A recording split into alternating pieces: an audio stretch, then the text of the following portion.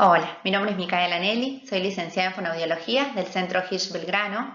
Junto a mi compañera Florencia Mimbiel les vamos a presentar el trabajo que realizamos con nuestro equipo, que se titula Rendimiento cognitivo de pacientes afectados por COVID-19 en un centro de rehabilitación de Buenos Aires. A raíz de la pandemia por COVID-19, se realizaron diversas investigaciones sobre el impacto que podría tener la infección a nivel cognitivo. A partir de la revisión bibliográfica realizada, observamos que la confusión y la alteración de la conciencia son las manifestaciones que más se observan en el periodo agudo. Luego de esta fase, muchos pacientes continúan experimentando síntomas neurológicos como síndrome disejecutivo o niebla mental. A partir de la pandemia por COVID-19, que nos afectó desde comienzos del año 2020, se vio incrementado considerablemente la cantidad de pacientes que ingresaron para rehabilitación de las secuelas de esta enfermedad. Con el propósito de determinar el rendimiento cognitivo, decidimos seleccionar una serie de subtest para crear una batería neuropsicológica específica para poder evaluar a esta población. El objetivo de nuestro trabajo fue describir el rendimiento cognitivo de los pacientes afectados por COVID-19 internados en el Centro de Rehabilitación Hirsch desde julio del 2020 a junio del 2021.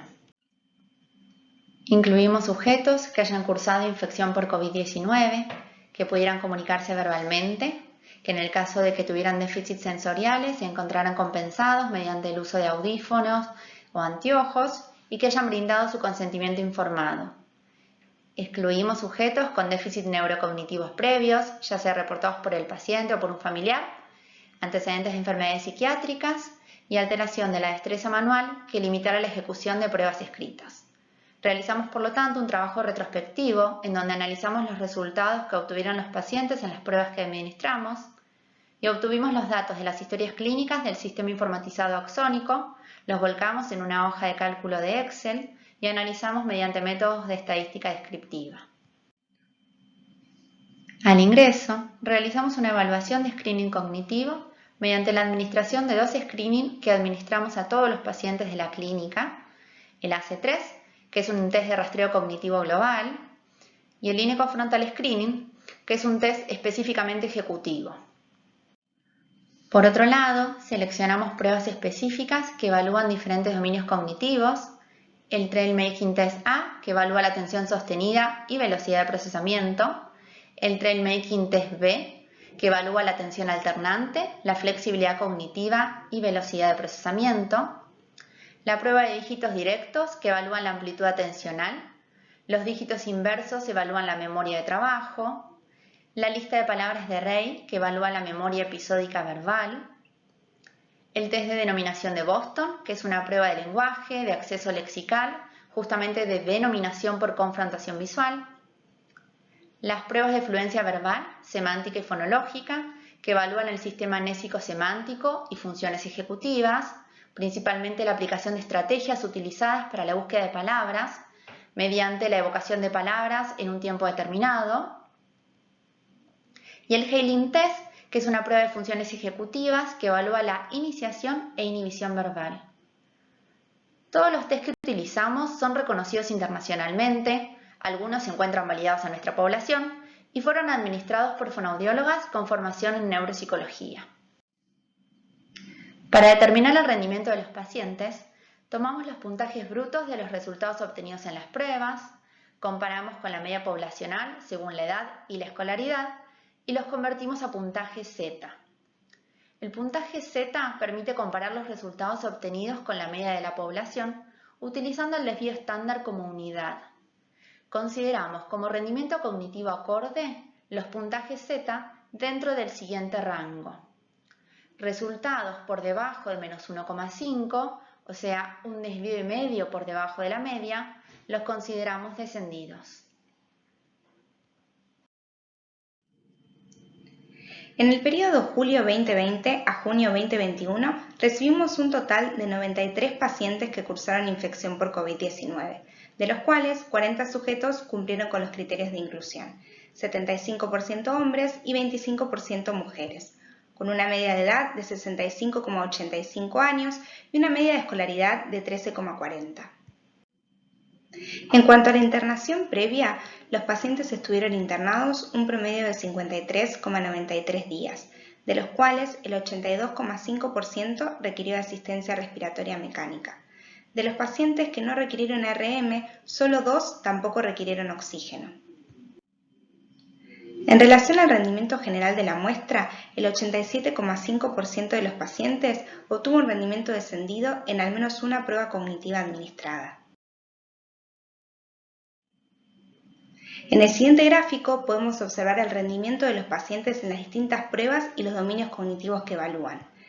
Tenemos los test de screening, el AC3 y el INECO-Frontal, el Brain Making Test A y los dígitos directos que evalúan atención, la lista de palabras de Rey que evalúa memoria, los dígitos inversos que evalúan memoria de trabajo, el test de denominación de Boston que evalúa lenguaje, la fluencia verbal, semántica y fonológica, y por último el Brain Making Test B y el Heining que evalúan funciones ejecutivas.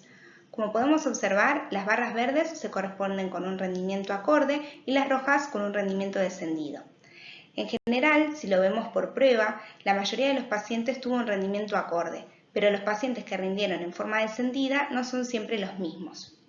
Salvo en el caso del lenguaje, que es la función que se encuentra más conservada, en donde solo un paciente obtuvo un rendimiento bajo para su edad y nivel de escolaridad.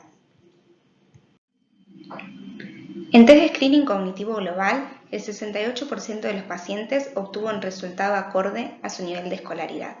En cambio, en el test de screening específicamente ejecutivo, la mayoría de los pacientes, el 65%, obtuvo un resultado por debajo del punto de corte. En los siguientes gráficos podemos observar algunas de las pruebas en las cuales los pacientes presentaron mayor dificultad. Comenzamos con el Brain Making Test forma A, que evalúa atención sostenida y velocidad de procesamiento, en donde el 25% de los pacientes obtuvo un rendimiento descendido.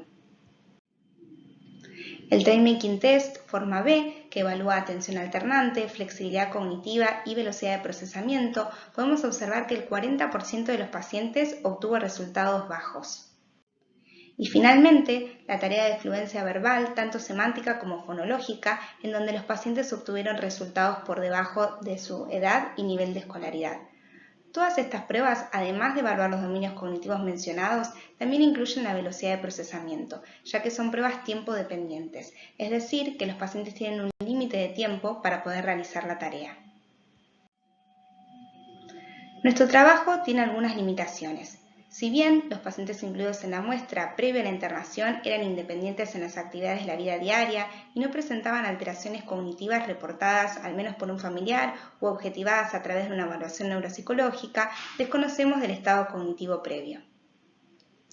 La mayoría de los pacientes evaluados al momento del ingreso requirieron de una cánula de traqueostomía, y al ser la comunicación verbal oral un criterio de inclusión fundamental, los tiempos de iniciación de la evaluación cognitiva no fueron los mismos para todos los pacientes.